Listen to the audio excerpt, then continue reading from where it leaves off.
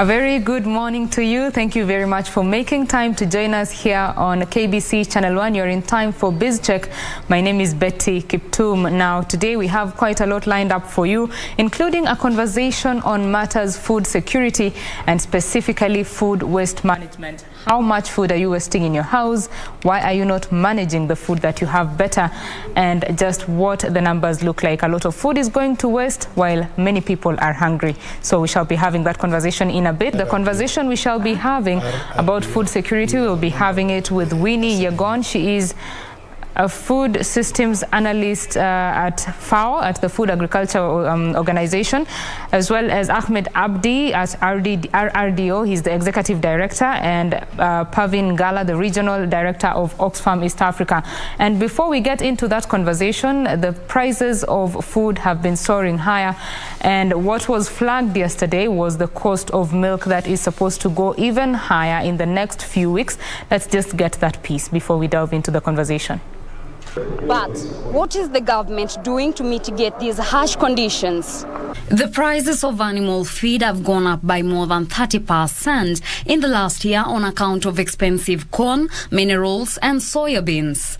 This has been occasioned by the high demand for commodities on the global market.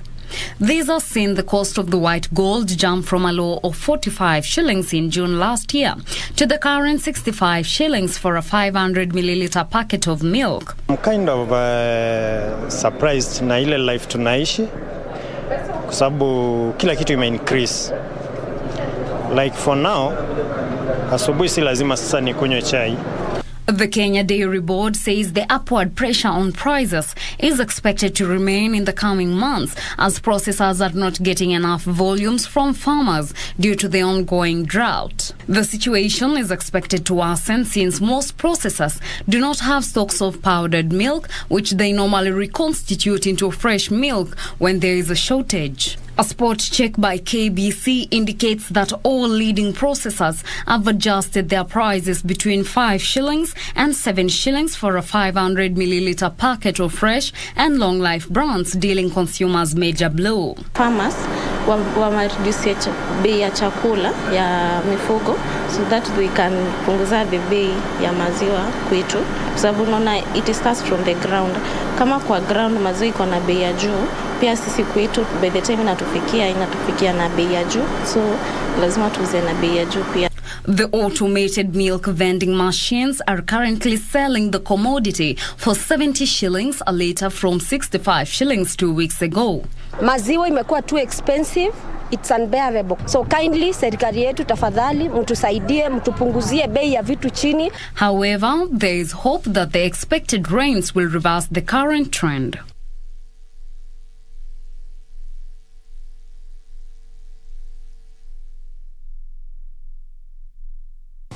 Well, that story sets the environment for us to have this conversation now on matters food security. Remember that there is a report that was released by Oxfam, and it says that 28 million people in East Africa are at risk of extreme hunger if the rains fail this March. That conversation is about to start, and in studio we have Winnie Yegon. She is the food systems analyst at the Food Agriculture Organization, and Ahmed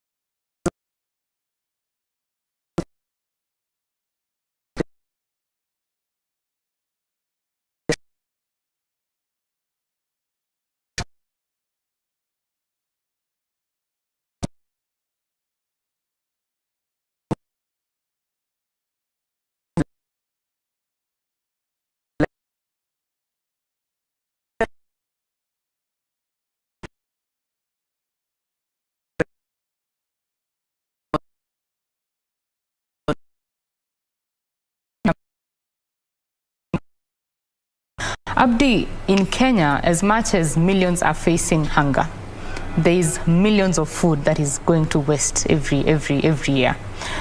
Just to give us some statistics, according to UNEP, United Nations Environment Program, nearly half of all fruit and vegetables produced globally each year are wasted. Coming to Kenya, according to FAO, the organization that you work for, in East Africa, economic losses in the dairy sector alone average $90 million. In Kenya, where we are, 95 million liters of milk, worth $22.4 million are lost annually. These are quite some numbers in terms of what is there. The food is there, but there are people who are hungry. Where is the disconnect, Abdi?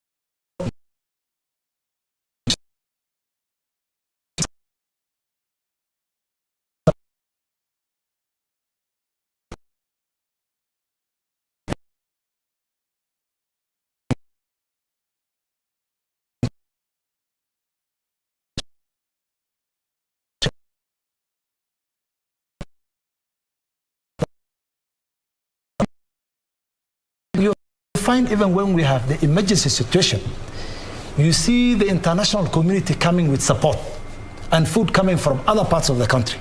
And yet, our own farmers have produced food that they are not able to sell to some other parts of the country. So this distribution between the areas that are producing food in excess and the areas that need to consume this food, that distribution system really needs to be worked. And this is something that the government can partner with humanitarian organizations, with development partners, so that we have proper distribution.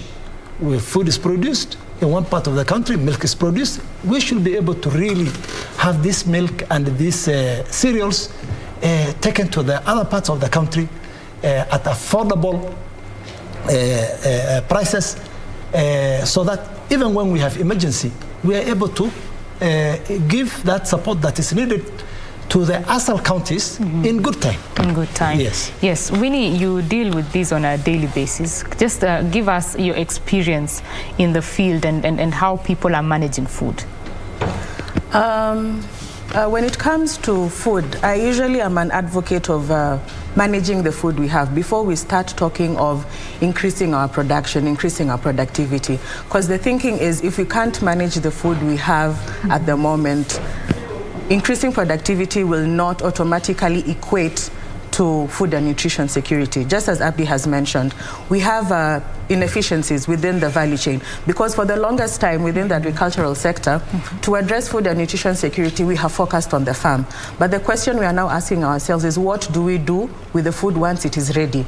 Because I don't think there is any farmer who produces the food to stay in the farm. We produce the food to go to the consumers. So the disconnect between the production end and the other actions along the value chain are what we need to start addressing, and that is what as FAO we are currently doing through the food systems approach. The food systems approach brings in different actors, because the more we analyzed the current situation when it comes to food and nutrition security, the more we realize that we can't address it as alone as experts within the agricultural sector. Because we need, especially for things such as distribution, we need to work with people from infrastructure so that they can construct the roads. We need markets. We need digital tools that will link the consumers to the markets, or even just the value chain actors across the nodes. So that is what we are now advocating for: food systems approach, synergies and collaborations within partners and within the private sector as well as the government, for all those who are involved in the food system, because addressing food and nutrition security is not a one-person's job. Of course, it's not a one-person's job. Every sector and stakeholders, they need to come together. Yes. Abdi, she has mentioned the issue of food getting to the consumers. Now, when this food is produced, there is the issue of infrastructure. There's also post-harvest losses that are very high in this country. So what can be done once the food is produced, what can be done? Of course, I have mentioned very critical institutions. Yes. Like the Kenya National Cereals and Produce Board, that should play a proper role in terms of the ability to have this food available, at affordable prices, so that it is easier for people to access food. That is one. Number two is infrastructure. The post-harvest losses. We need to have proper storage. Proper food storage systems. And this should be in each county. If we have the proper food storage systems in all the 47 counties, then we are going to minimize post-harvest losses, and then we have food available as and when it is needed, especially during the dry spells and in the ASAL counties. So food storage is addressing that in all the counties in Kenya is very important. Then access to markets is very important. So infrastructure, especially in the food producing areas, and then market. So the infrastructure, so that we're able to move food from one place to another cheaply, the transportation system, all those, I think, need to be worked on. Yes. Winnie? I agree with him, and just to shed more light on the markets, when you talk of access to markets, it's not just the physical market, because we know there are various markets as you drive along the roads of Kenya. There are various markets. But as you talk to the farmers, the challenge sometimes is information, where the markets are. So, sorry, you find that some of the farmers don't have information on where the markets are. Most of them are used to selling within the local markets. However, the prices probably in 2 towns, 3 towns away from where they are is higher. Recently, we did a study in Taita Taveta, talking to the banana producing farmers. At that time, there were very high losses for bananas. Approximately 30 to 40% of bananas were going to waste. In extreme cases, it was higher than 50%. And the reason they were attributing to these high levels of losses was they all met. The farmers that do rain production and the farmers that do irrigation met in the market at the same time. So the market could not take all these bananas. And then in other regions of the country, the production of bananas was also high. So most of them sent their bananas to Mombasa, but Mombasa was not able to accommodate all this production. So you find the cost of these bananas really dropped. So it didn't make economic sense for the farmer to harvest the bananas, transport it to the farm, and not make a profit, because at that time a whole bunch of bananas, the whole thing was going for 150 shillings. And then 2 months down the line, we are struggling to deal with the prices of commodities. So in addition to the markets, it's also a coordination issue of information, how to link the production areas to the areas of scarcity, as well as he also touched on storage. And storage comes with a lot of aspects when it comes to handling. We have had so many cases of maize being affected by aflatoxin. And some of these things are avoidable because we try and, as FAO, we try and train our farmers to adopt good agricultural practices, which also cover things such as post-harvest management, because for the food to stay long in the storage facilities, a lot of it goes into it before you even actually store the food. So it needs to come in as a package, both the technical aspects of how to manage the food safety aspects, how to dry your produce, how to package it well using the hermetic bags, and then now come in the people that set up the storage facilities to keep them. But it doesn't end there. We still need to link the storage facilities to the end consumer, because we cannot store food indefinitely. So we need to close the loop in the value chain so that it's not a linear approach, but it's rather a circular approach. Yes. Part of the technology used in ensuring that food has a longer shelf life is, of course, value addition. Yes. In Kenya, value addition is, especially in the agriculture sector, is still very low, and we are exporting a lot of raw materials, and importing the finished goods. So what role can the manufacturing sector play in ensuring that we have enough food for longer, Abdi? I think we need to scale up when it comes to manufacturing and value addition. And I know this is one of the 4 key agendas of the government. But in terms of food processing, value addition, I think we are not yet there. So this is one area that if it is handled well, then we are going to handle the issue of food security and minimize hunger. If I'll give you an example. Honey, for example, is something that is, even when you go to the asal areas, that it is produced actually in large quantities. But in terms of value addition, that aspect is lacking. So when it comes to manufacturing, we should not just be looking at large-scale manufacturing, but even the small farmer, we should be doing value addition. Small-scale cottage industries should be available so that we are able to do value addition at the farm produce level. And Winnie, how are you working with the farmers? As he's rightly put, it starts right there with the farmer. How are you working with the farmers on that? As FAO, we have it in twofold. We work with the farmers through building their technical capacities on value addition, because most of the farmers we work with at the county level and also through the national government is to build their capacities on value addition, local level processing.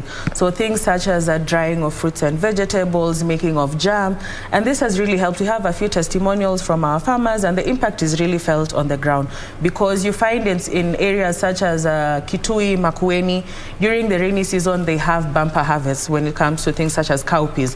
But when the rains go, they don't have their vegetables. But now, through capacity building them on drying of vegetables, we ensure that when it comes to nutrition and also economic viability, we stretch what they are able to produce during the rainy season. So we have that going on, and we also link our smallholder producers to markets, both local and international. So we have cases where we build their capacities to meet the needs, the requirements to now export some of their produce. We work with the private sector to link our farmers to the private sector to be their suppliers of some of the produce they have. So it is a double, we try and address it from both ends.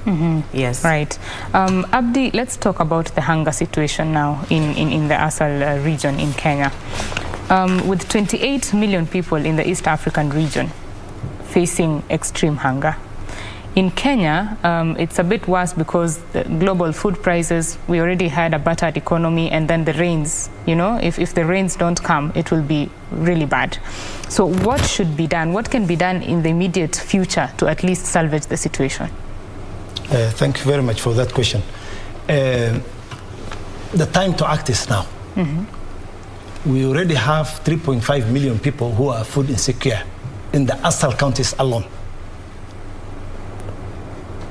And 1 million of that, they're already in the emergency stage. We are talking about a situation where the water trekking distances have increased between 120 to 150%. We are talking about a situation where livestock prices have really come down because of the livestock body condition. We have a situation where milk production has decreased by 80%. We have a situation where 90% of the service water have dried up. We have a situation where there is over-concentration of livestock in boreholes and frequent breakdowns of these boreholes. So really we are in a very dire situation when it comes to the Asal counties. The worst affected counties right now are Turkana, Samburu, Marsabit, Mandera, Wajir, and Garissa. These are the worst affected counties. So the Asal humanitarian network is already responding. The ASAL Humanitarian Network is a network of local and national NGOs, 30 of them. This network is supported by organizations like Oxfam in terms of capacity building and in terms of ensuring that the response we have to the emergencies we have is led by local organizations. So these organizations, international organizations like Oxfam, are behind supporting local organizations so that local organizations can take the lead in responding. We are calling upon the government to scale up response.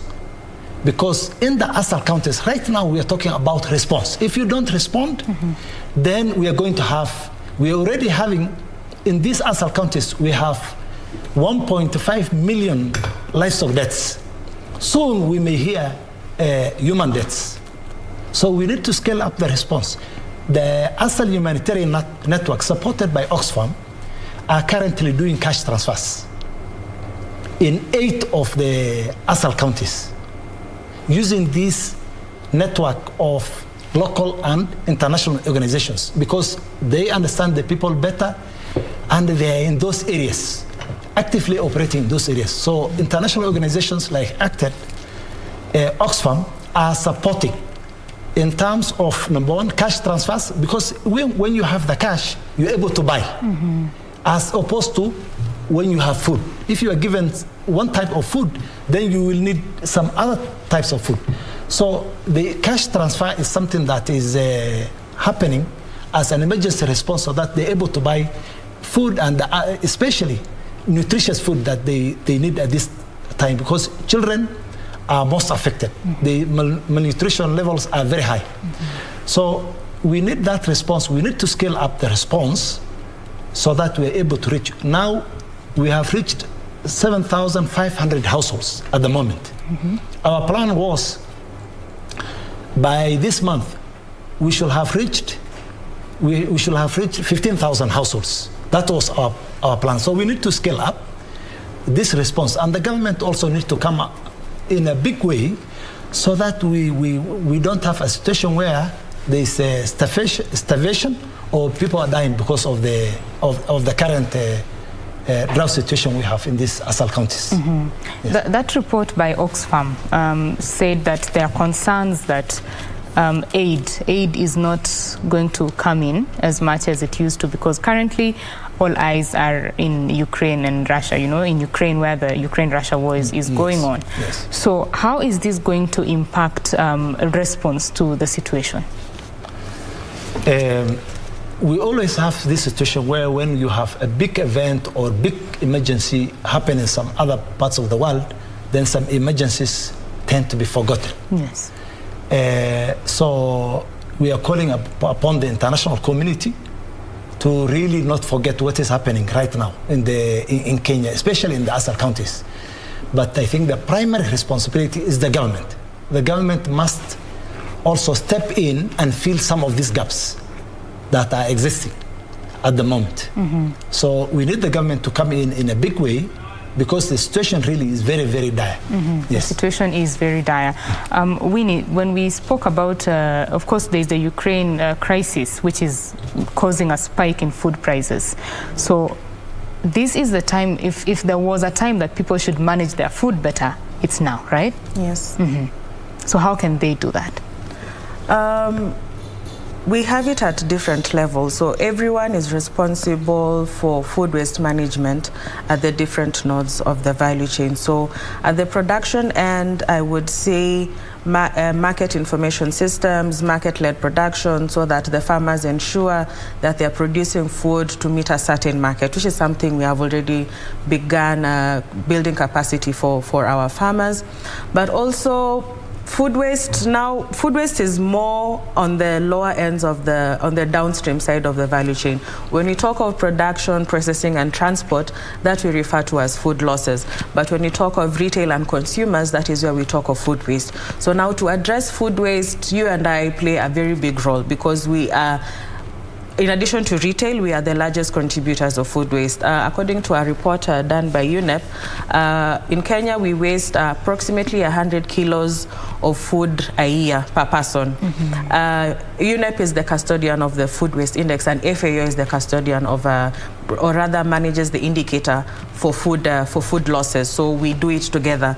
So looking at the high levels of waste, I'm thinking 100 kilos of food a year, and Abdi here is talking of the high levels of food insecurity. Those two don't match. As a country, we need to sit down together. As partners, as stakeholders, we need to sit down together to really see where the dislink is, because we can't have this conversation over and over and over. We need to find a solution that will really bring these two total extremes together. So at the household level, I would encourage people to plan better for their food, because when we translate food waste to economic terms, we did a report recently, and it was coming to approximately 72 billion shillings of food wasted every year, and that is extrapolated value. Bananas alone were coming to around 2 billion, and tomatoes 18 billion. That is the monetary value. But when you do the monetary value, we look at the cost of production of that commodity, as well as the opportunity cost of that commodity if the produce was to be sold. So looking at this amount of money that we are asking for to go into relief, and then looking at the amount of money that we are wasting out of food, if we manage our food better, we'll be able to feed ourselves. So at the consumer level, it is basic things. How to manage your leftovers. I'm a preacher of leftovers management. There are so many ways you can recook your vegetables. We recently had a campaign during the World Food Day on how at the household level we can manage our food better. Because I'm sure when you go to the market, you buy things such as broccoli or French beans, and the next time you realize you have broccoli in your fridge, it is black. You can't use it again. So managing your kitchen is a first step to go, but then again, it's a ripple effect. It is everyone along the value chain that has a role to play. The transporters, they need to package the food better. You see how we usually transport our tomatoes, our fruits and vegetables. By the time the food is getting to the market, probably 20% of it is damaged, or even 10%. And 10% of a lorry carrying 2,000 heads of cabbage is 200 heads of cabbage. That's enough to feed a school for several meals. So, we need to see how we balance these two things. Yes. Abdi, we keep talking about the issue of food insecurity in Kenya for the longest time. What long-term solutions are on the table currently? One is irrigation. Kenya has we have been dependent on rain-fed agriculture. We need to do irrigation farming, large scale. And if you go to all those ASAL counties, which are food insecure, one time we have drought, next we have floods. Floods also wash away properties. Livestock are washed away by floods, So we need to harvest these waters. If these waters are harvested, then we can do irrigation farming even in the ASAL counties. So the long term is the government really to invest in harvesting flood waters so that we can have irrigation even in the ASAL, irrigation farming even in the ASAL counties. So this country can be food secure if we really harvest the flood waters that destroy property, that also cause hunger. You have the drought and then you have the floods. So we need to harvest this so that we have mega dams in all those areas that are prone to flooding, so that we can do irrigation farming. Yes. A large percentage of Kenya's agriculture, most farms, we are a smallholder farmer agriculture sector, so to say. Most of them are rain-fed. We depend a lot on the rain, and according to Oxfam, the risk of the rains not coming already puts, 28 million people in East Africa. You say 3.5 million, 1 million is already dire, in a dire situation. So how can we move away from the rain-fed agriculture and how can we ensure that our farmers are producing, say, all year round, you know, so that we can be food secure? I'll start with you, Winnie. We first need to start with capacity building, because some of these technologies are the technologies are there, but sometimes our farmers don't have access to some of these technologies. Technologies that are climate resilient, climate smart agriculture technologies. And through FAO, in partnership with the government, we have been training farmers to adopt some of these climate smart agriculture technologies, just to ensure that their productivity is boosted, even in the face of the shocks when it comes to climate. I would give an example. Even in one of these ASOL counties in Turkana, we have been working a lot with the residents of the Kalobeye settlement to boost their productivity, to even diversify their production away from just livestock to even horticultural crops. So we just recently launched the groundnut strategy in Turkana, and this will go a long way into boosting the livelihoods, the economic livelihoods of the people. Like he said, we need to give them the money, but the money, in addition to the relief programs, you need to think of sustainable ways to ensure that the people are able to stand on their own as well. So those are some of the ways we have supported the SMEs in terms of transferring these technologies to our farmers, so that they're able to improve on their production and their productivity, as well as link them now to the final market. As well as, in addition to that, we also try and through behavior change communication, because some of these things are not, you can't come in and change someone's dietary patterns overnight. People are used to eating certain commodities, but through behavior change communication, we train them how to produce these commodities, the vegetables, the African indigenous vegetables, which do well in some of these arid and semi-arid areas. Water harvesting techniques, how to conserve your water, how to use some urban technologies such as micro gardens that don't need too much water, don't need too much space. So those are some of the technologies we usually transfer to our beneficiaries to ensure that at the household level they are able to boost their incomes, as well as address their nutrition needs. Yes. Very important pointers there. Abdi, do you have something to add to that? No. No? Okay. So you're in agreement, eh? Yes, I'm in agreement. All right. Remember, we are having this conversation about food waste management as well as hunger management in Kenya. And we're with Winnie Yegon. She is a food systems analyst at the Food and Agriculture Organization of the United Nations, as well as Ahmed Abdi, the executive director of the Relief, Reconstruction and Development Organization. Now, remember that we are online at Betty Kiptum on Twitter and at KBC Channel 1. Share your views, what you think about the prices of food currently, and just how they are affecting your household and your budgets. And are you managing your food well in your home, in your kitchen? Are you throwing away leftovers? You know, how are you doing it to ensure that you are doing the best you can with what you have? This conversation continues in a little bit. We want to take a very quick break. When we come back, we shall be sampling some of your views. Stay with BizCheck.